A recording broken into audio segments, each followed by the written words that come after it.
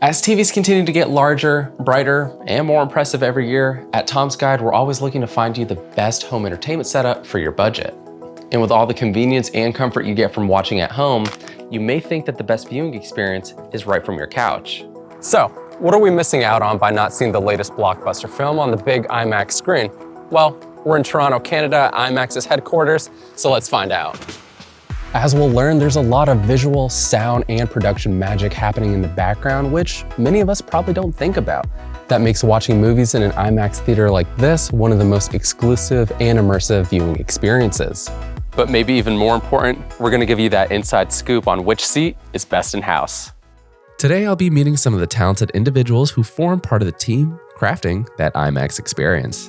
So this is one of our in-house mixing studios. So of course with movies, the first thing that comes to mind is the visuals, but a lot of people don't realize how much work goes into the actual auditory experience. In a lot of ways, audio can be more important than the visuals. I couldn't agree more.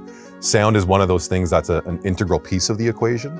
And it's one of those things that until it's missing, you don't really notice what you're missing. IMAX's sound system is completely different than everybody else's. When a Hollywood film is getting made, they're going to mix for a bunch of different formats, and then they're going to remix it specifically for IMAX. Our speakers actually go down almost a full octave lower than everybody else's. So if the mixer chooses to, they can add that extra bass in to really make you feel it instead of just hearing it.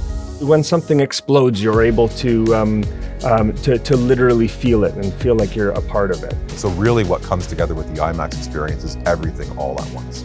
One of the things that we really try and do is not break our system down into individual components, because it's how everything merges together.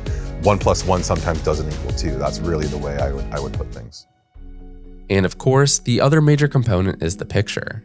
David Kempling is the director of camera operations at IMAX, and he's going to explain some of the elements that go into creating that unique IMAX picture.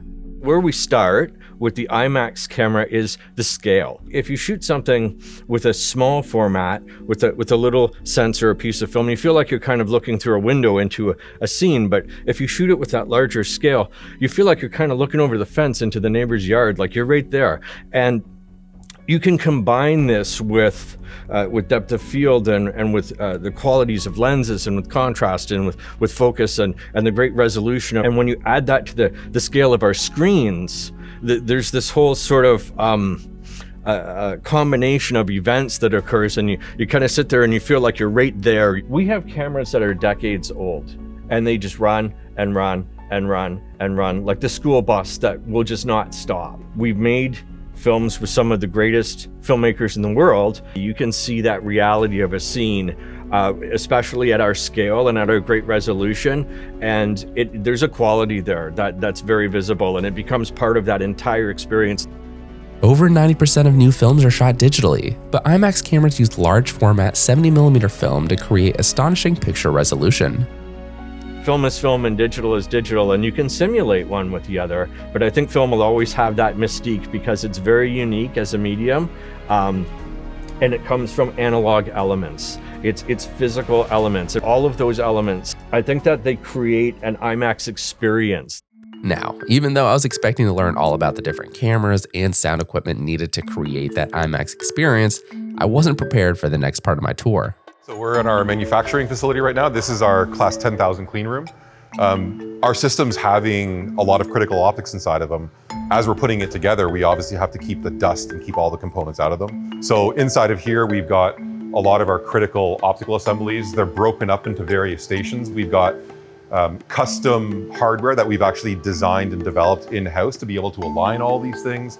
Sterile conditions are essential, and these rooms are designed to make sure not a single speck of dust is able to make its way into the production process. I would never have guessed that we would need lab coats and hair covers and to take our shoes off.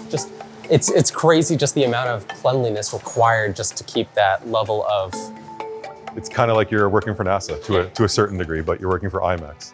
In addition to the new films that are being made with IMAX in mind throughout the production process, older films are also being adapted to the IMAX large screen.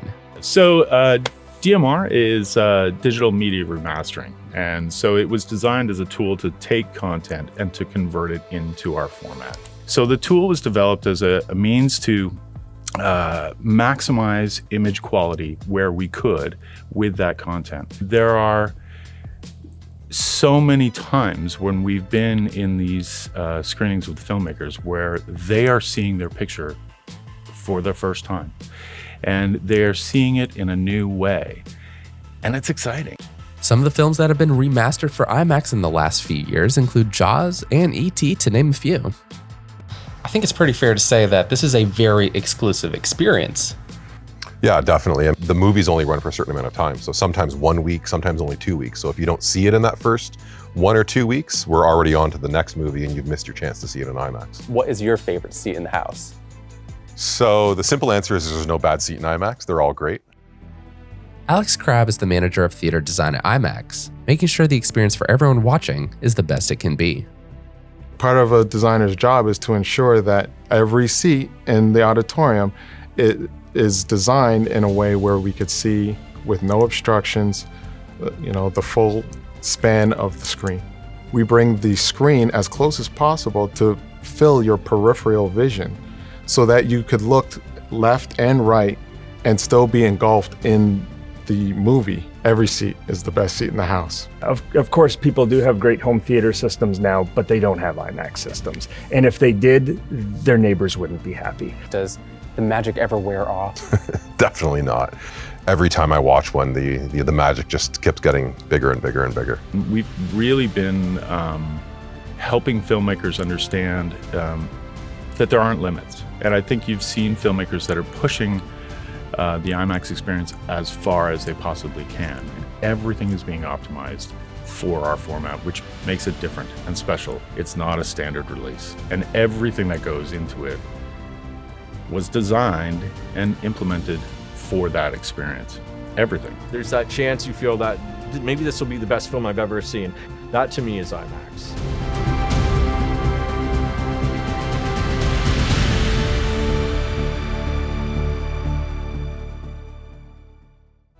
Well, thanks for the amazing tour. I really appreciate it. Not a problem. It's been a great time.